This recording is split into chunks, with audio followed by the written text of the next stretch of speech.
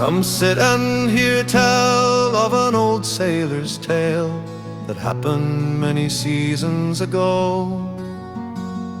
A young man aboard a vessel once proud set off on life's grand adventure.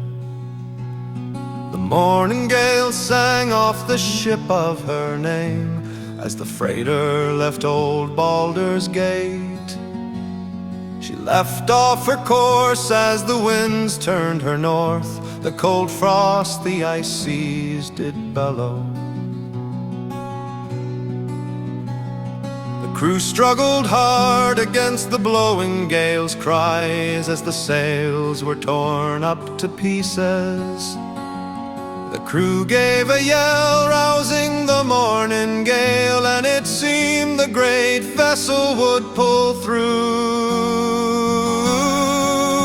when a crackling of doom and a thundering boom and despair descended down from the storm clouds. The ancient white worm IcyClaws appeared, her wings breaking through the fierce blizzard. And from her great maw deathly winter's cold thaw tore through the ship's 50 brave souls. Exhausted they fall, they were no match at all for the white worm's harsh assault.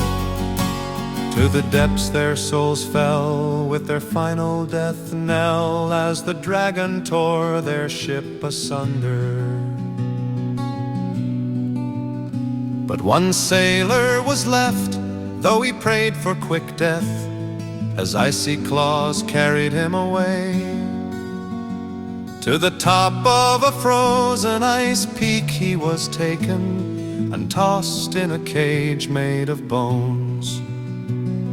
And IcyClaws slept on her throne made of gold, frosted over with ancient ice crystals. And the man he did weep bitter tears of defeat, for he knew he would not survive. And wallowing in despair, this young man did flare to remember a song from his youth. And with tears in his eyes and under muffled cries, he began to sing an old verse of hills and old valleys, of elves and of men, of great cities away in far countries, of his tales of adventure and sorrows and tears, and of his childhood love long since gone.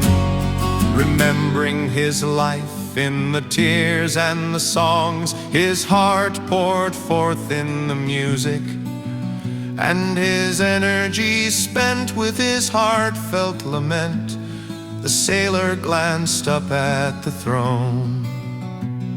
And to his surprise he was met with blue eyes of IcyClaws now filled with sorrow.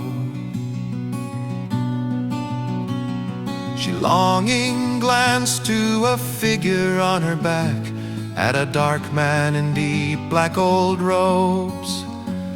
She turned back again and demanded he sing once more for her master's pleasure. And for 25 days he did as she bade, serenading the ancient white dragon. She brought him food and her manner improved with each passing nightfall and song. As the songs came to end, she stood up and said, I thank you for your company. I shall take you to land, but this I demand, you tell them to fear IcyClaws. True to her claim, he was brought home again, released by the ancient white dragon. And now he lives on through this old song, passed down to the humble singer. On his deathbed he turned to me and said, "Tell this story to all who would hear. A dragon's cold heart is not pierced with magical art, nor sword or steel, axes or arrow.